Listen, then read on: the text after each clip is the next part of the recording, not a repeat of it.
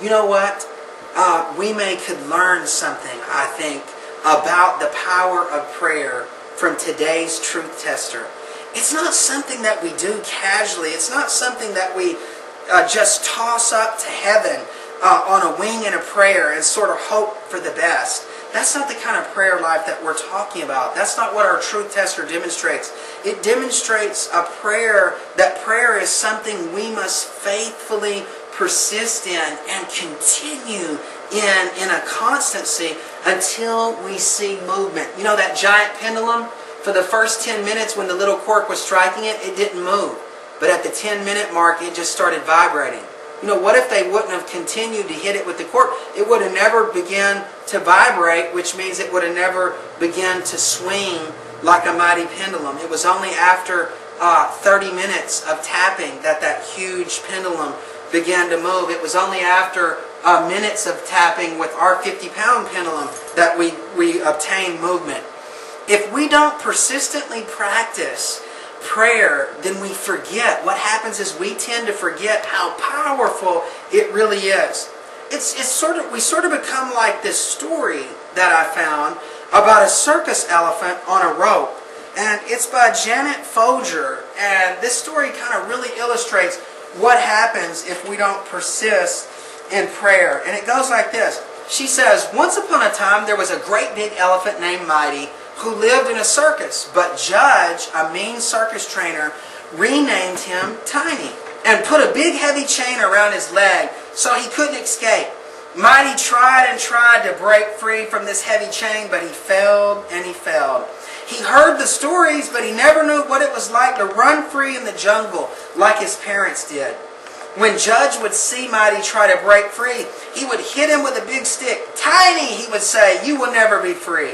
He said it over and over, louder and louder, and he hit poor Mighty again and again. Mighty didn't like the mean words, or he didn't like the way the stick felt either. And so eventually Mighty became Tiny and he quit trying. He quit dreaming, and he even forgot his own name. Then young Mighty grew up. That heavy chain couldn't hold him any longer, but because Judge had beaten him down for so long, Mighty didn't even try anymore. In fact, the chain was even replaced with a teeny tiny rope tied to a little bitty stake in the ground. One day, some troublesome teens came to the circus and saw Mighty tied up under the big tent.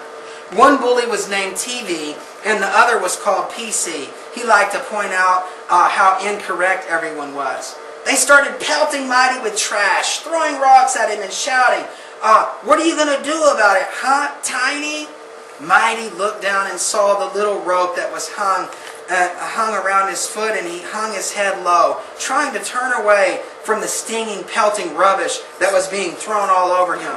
They spray painted the word Tiny on him and punched and kicked poor Mighty. Then a little girl called Trudy came and chased the bullies away. She was little, but she had a big loud voice and she wasn't afraid to use it. She walked up to Mighty and held out her hand full of peanuts. Hello, Mr. Elephant, she said. My name is Truth, but they call me Trudy, even though I hate it. Mighty moved closer to the little girl to taste the peanuts from her hand. You're so big, your name can't really be Tiny. It won't work. What is your real name? She asked. Mighty thought hard. Everyone has always called me Tiny. Everyone calls me Trudy, but that doesn't mean it's my name. I'll bet your name is Big, Powerful, or Mighty, or something like that. Mighty couldn't believe his elephant ears. He remembered, yes, that is my name. My name is Mighty. Truth reached in her pocket and brought out another handful of peanuts. Well, if your name is Mighty, then you better start acting like it. What do you mean? Asked Mighty. I can't do anything. I'm tied to this rope. You call that a rope? As big as you are? You could snap that in a second, said Trudy. No, Judge says that I can't, and TV and PC told me that I'm bad, that I'm stupid, and that I'm weak. Those bullies? You're going to listen to bullies? What is your name again? Asked Truth. My name is Tiny, Mighty, said Mighty. And what do you want to do, Mighty? Asked Truth. There was no answer. Mighty had forgotten. Don't you want to be free? Urged Trudy. Mighty looked down. Of course, but it's not so bad here. They feed me and they give me all I want to eat, and I get to walk 2 steps forward and 2 steps backward. 2 steps? Say what you want, but that's not freedom. 2 steps forward and 2 steps back, that's going in the same direction or going nowhere, exclaimed Truth. What do you want? Truth asked a final time. I want to be free, said Mighty. Then snap the rope, the little girl replied matter-of-factly. But replied the beaten down elephant. Truth interrupted. What is your name, elephant? My name is Mighty, said Mighty. What is your name? Asked Truth. Mighty, said Mighty more elephonically. What is your name? She asked a third time. Mighty. And with that, Mighty snapped the rope. He kissed Truth on the cheek with his trunk, and he ran free to the woods, where he lived happily ever after. And you know what? This really is what they do to circus elephants. Maybe not the beating, but they do use a technique where they put the chain on them to hold them, and a very small rope holds this great big mighty elephant, right? So we can learn something here today, guys, from this story by Janet Folger. You know what? Today, guys, we have a choice to make. Today, we need to make that choice. We need to decide. We need to choose to be like the persistent widow. And we need to choose to be like the persistent widow. We need to make a choice to be like the elephant and believe the truth, right? To believe the truth about who we really are. A mighty person of prayer.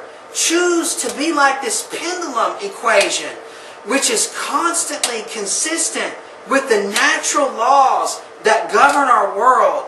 Choose to be like Jesus, who gave us the prayer equation that is totally consistent with the spiritual laws that govern our cosmos.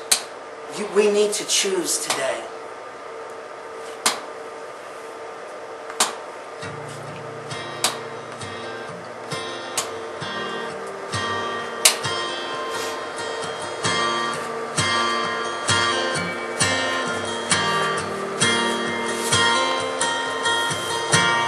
I can't find the words to pray. I'm a little down today. Today, you know what? Today my hope for you is that you'll realize there really is power in prayer. That you would understand the importance of a consistent prayer life. My prayer for you is that you would be like the widow who persisted in her coming. May your prayer life be like that. May you understand that prayer, even though it's really a small little exercise, can have a big impact. Just like that, just like we demonstrated today with our pendulum equation truth tester.